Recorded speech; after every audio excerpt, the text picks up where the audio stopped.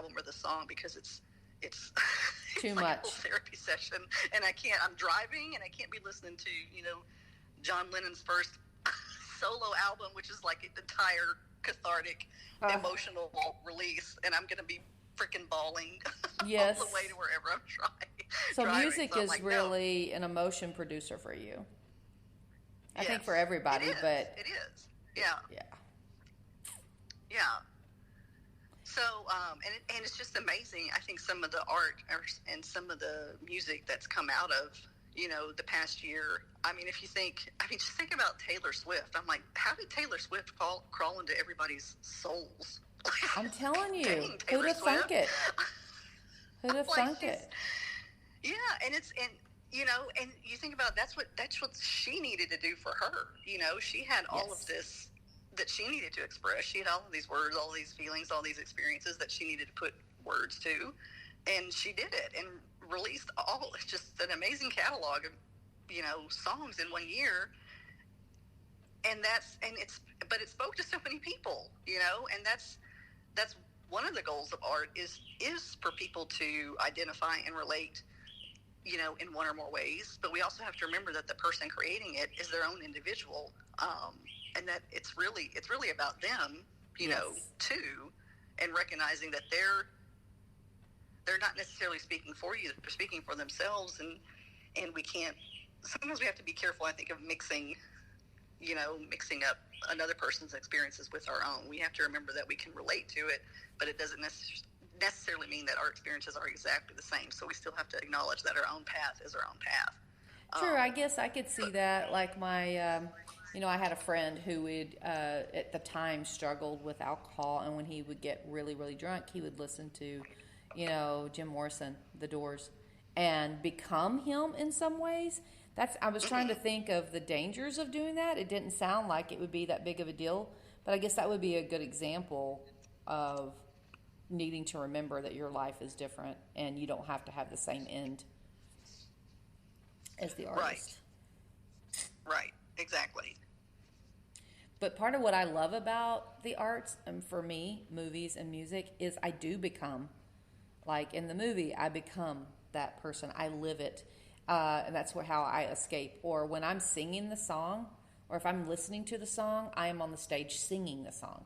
And then that often leads to me being on the stage singing the song. Using Taylor Swift as like you brought up as an example, I'm not privy to all the new music that has come out in the last year because I live overseas. But not that I can't look it up, but I don't think to be honest. But her song Lover, I didn't even recognize her voice. Her voice has developed so much, and it literally takes me away. I think that's another great thing, especially about musicians and artists, in general, is they go through periods. So you can see someone develop over time. Each album maybe has a different feel or a different motif. Different theme. And that's because they're a human and they're evolving over time. Or maybe they want to dedicate an entire album or an entire series of paintings or, a playwright or, somebody. Each work can be distinct because it's representing a different period in their life or a different, experience they're expressing. And so I think that's amazing for people to see that and recognize that we all evolve over time. And so when you look at someone's work of art, whether they've been an artist, or musician for 5 years or 10 years or 50 years, you can see an evolution. And again, that can normalize your experience and knowing that, okay, I'm not always going to be the exact same person. Some of my core values, and personality traits are going to be the same. And yet I'm still going to be influenced by my age and my experiences. And it's okay for me to change in some ways and let new things in and let some things go. Right. So one of the things that really drew me to you back when I first met you was your uncanny ability to quote movies almost without end. Totally different. It lightens a conversation. And a lot of times in our environment at that time, it was pretty intense. There's always something serious going on. There's always people stressing. And all of a sudden you just blow out this comment from Dumb and Dumber or something like that. So You want to tell what that does for you, and what are some of your go-tos as far as quoting and stuff? And are you Oh my aware of gosh. why you do that? I think it's multiple reasons. Like I'm a very visual person, and so I love artists or actors who have a very memorable face. Yes. And it doesn't have to be somebody who's like overly emotive. It can be somebody who's very flat affect, like like I love Bill Murray or like Vince Vaughn. Like just the flat affect gets me. Yes, or Will dry Ferrell, humor. when he's like he's saying something so ridiculous, but he's saying it with like no emotion on his face. Like I find that so. Oh my gosh, it's just it's so amusing to me. So I remember scenes, and I remember it could be a movie, it could be a TV show. Like I said, it could be a commercial from 1978. Yep. It's the memory of the moment, and so something that spoke to me. It either made me laugh, or it evokes a certain time in my life. That has qualities that I want to remember, I want to reflect back on, or it's something that a character did or said that I go back to because it's actually empowering or reaffirming. One of my favorite TV shows of all time is 30 something. Oh, I just love it. And so one of the quotes that I pull frequently from that show is one of the characters was at a point in his career where he was unhappy with his boss, he's unhappy with his job, he's not enjoying going to work, and his wife is worried he's going to get fired. And he says, what can his boss, hey, 30-something fans out there, remember Miles Drentel? What can Miles Drentel do to me? Can he kill me? Can he take my family away? He can't do anything to me. So that, I call on that a lot to put things in perspective. Like, if something can't kill me or take my family away, what can it do to me? What can it really do to me? And that really helps me, like, de-escalate like my perception of what a problem is, Which is really what it's about, again, Tracey. It's really about being able to put it in perspective. That crazy cliche is cliche for a reason.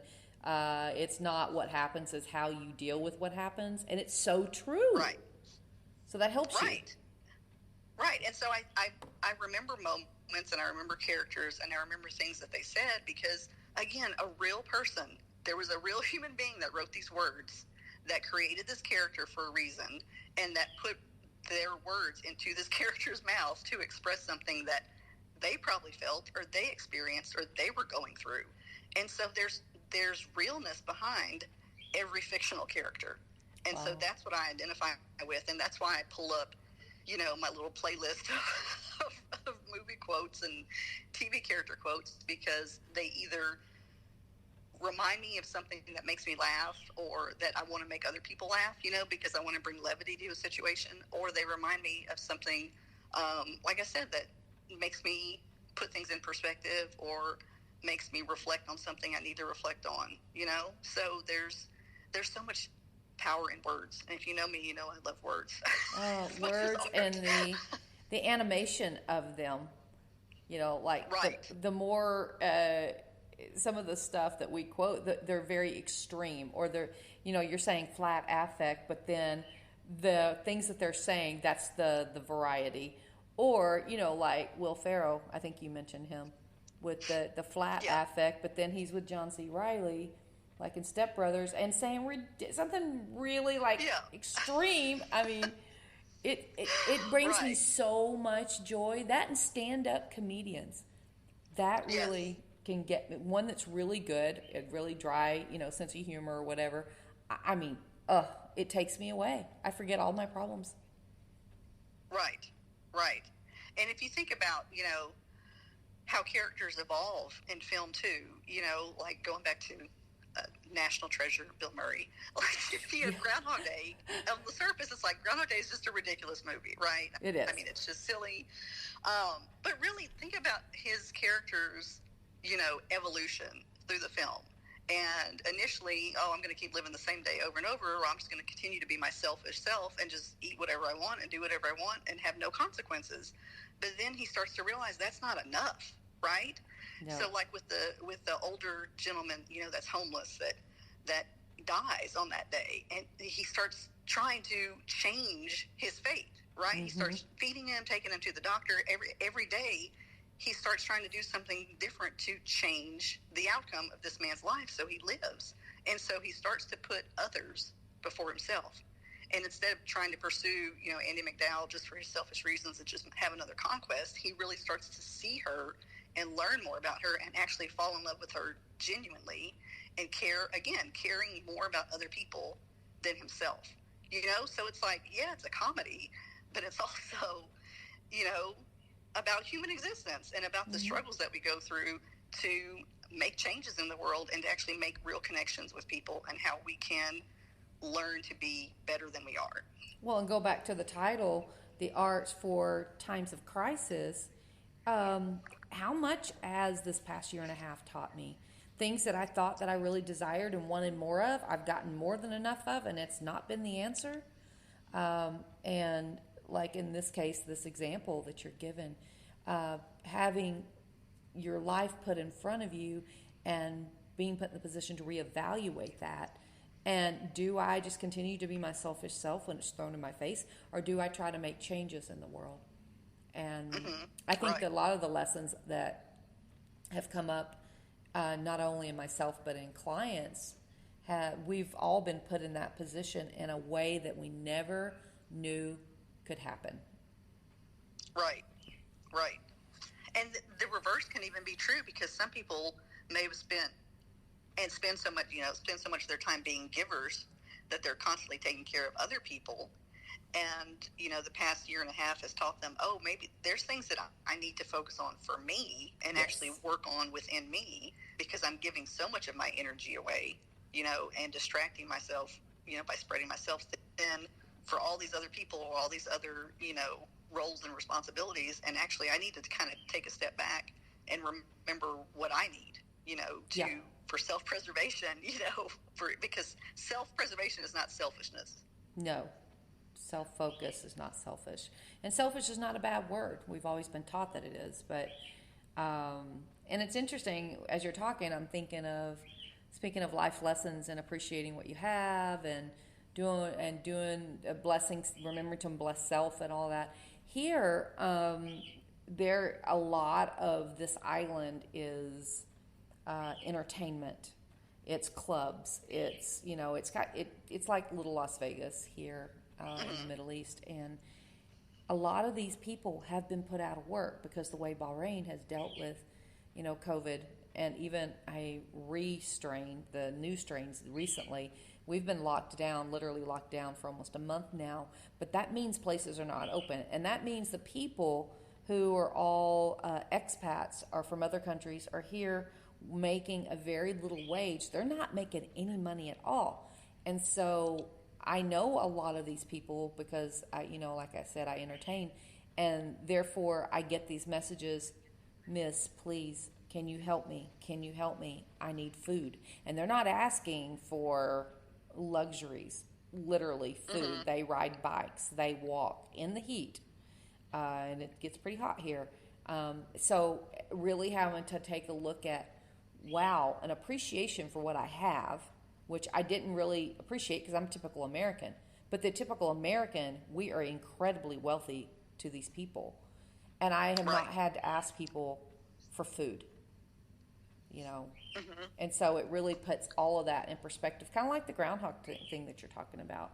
Really makes you look and think about your life and, okay, and how am I going to help these people? And where's the limit, That's not clear cut. At all. Right. And that's where I think, journaling, writing, again, not telling yourself, I'm not an artist. I don't know how to write. I don't know how to draw. I don't know how to, create. We all know how to create. And so you have to suspend judgment on yourself, and recognize that sometimes I need to just sit down and write, or I need to just talk out loud and process things, or talk to somebody I trust and just release everything that's in my head and my heart, because I just have so much jumbled up in here and I need to start making sense of it. Or just sitting down and, even if you don't want to draw freehand, get a coloring book, or just get some watercolors. We have to sometimes do we talked about like the physicality of, athletics and how that is good for emotional release too. Our